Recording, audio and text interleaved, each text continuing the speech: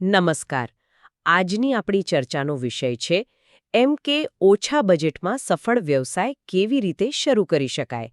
ખાસ કરીને જ્યારે મૂડી મતલબ લગભગ 5 લાખ રૂપિયા જેવી મર્યાદિત હોય.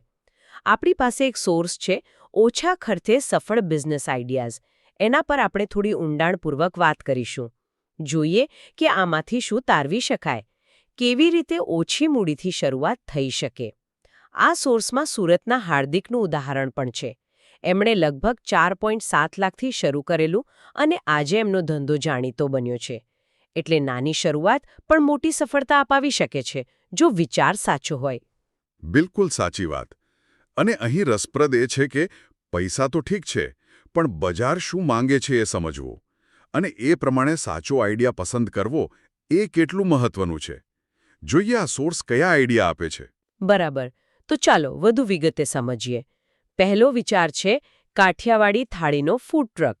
રોકાણ આશરે 3.5 લાખ રૂપિયા. ગુજરાતી ખાવાનું તો બધાને ભાવે જ છે. દેશભરમાં માંગ છે. હા, ફૂડ બિઝનેસમાં સ્વાદ અને લોકેશન આ બે વસ્તુ બહુ જ મહત્વની આ ફૂડ ટ્રક મોડલમાં. એમ કે સ્થાનિક બજારને ઝડપથી પકડવાની ક્ષમતા દેખાય છે. હા, સોર્સ કહે છે કે સારું લોકેશન પસંદ કરીને ઘર જેવી થાળી થીમ સાથે શરૂ કરો તો 3 મહિનામાં ગ્રાહકો બની શકે. ઘર જેવી થાળી એ કોન્સેપ્ટ ચાલે એવો છે, પણ ફૂડ ટ્રકમાં લોકેશન અને પરવાનગીઓ એ પડકાર રહી શકે. ખરું. બીજો વિકલ્પ છે હેન્ડમેડ પાપડ અને અથાણાનું યુનિટ.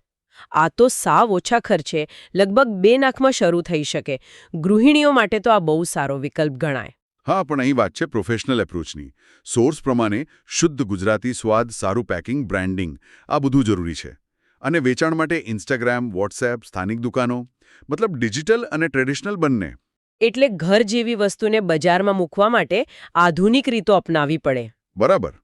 પણ એમાં મોટા પાયે ઉત્પાદન કરીએ ત્યારે ક્વોલિટી જાળવવી અઘરું બની શકે છે. સાચી વાત છે. ચાલો ત્રીજો વિચાર જોઈએ. ગ્રામીણ બિઝનેસ માટે ડિજિટલ માર્કેટિંગ સેવાઓ. આશરે 1.5 લાખના સાધનોથી શરૂઆત. આજના જમાના પ્રમાણેનો આઈડિયા છે, નહીં? ચોક્કસ. આ એક મોટી જરૂરિયાત પૂરી પાડે છે. ગામડાના વેપારીઓ પણ હવે ઓનલાઈન જવા માંગે છે, પણ એમની પાસે કદાચ આવડત ના હોય કે સમય ના હોય. હા, એટલે એમને website, Facebook page, graphic design જેવી સર્વિસ આપી શકાય. શરૂઆતમાં જાતે કામ કરવાનું, પછી ટીમ બનાવવાની. સોર્સનો આ અભિગમ વ્યવહારુ છે. પણ એમને આ બધું સમજાવવું પણ પડે ને, ડિજિટલના ફાયદા. હા, એ પણ ખરું. સેવા સાથે થોડું શિક્ષણ પણ જરૂરી બનશે. હવે એક એવો વિચાર જેના રોકાણનો આંકડો સાંભળીને નવાઈ લાગે. ગેરાજ આધારિત ટેરાકોટા જ્વેલરી મેકિંગ. ફક્ત 50,000 રૂપિયામાં. આ કેવી રીતે શક્ય છે? હસ્તકલા આધારિત બિઝનેસની આ જ ખૂબી છે. શરૂઆતનો ખર્ચ ઓછો હોય, કાચો માલ, થોડી ટ્રેનિંગ. સોર્સ કહે છે ઓનલાઈન ટ્રેનિંગ પણ મળી રહે છે. મટીરિયલ પણ બહુ મોંઘું ન હોય. પણ પછી વેચવાનું ક્યાં? એ જ મોટો પડકાર છે. માર્કેટિંગ, ઓનલાઈન પ્લેટફોર્મ્સ, એક્ઝિબિશન, કદરદાન ગ્રાહકો શોધવા પડે. એટલે કળાની સાથે વેચાણ કળા પણ જોઈએ. બરાબર.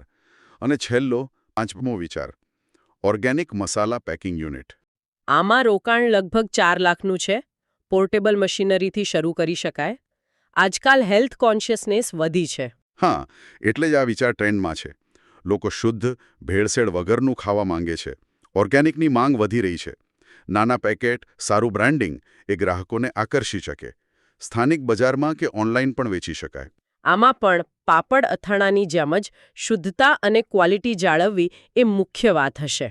ચોક્કસ. ગુણવત્તા એ જ સફળતાની ચાવી છે.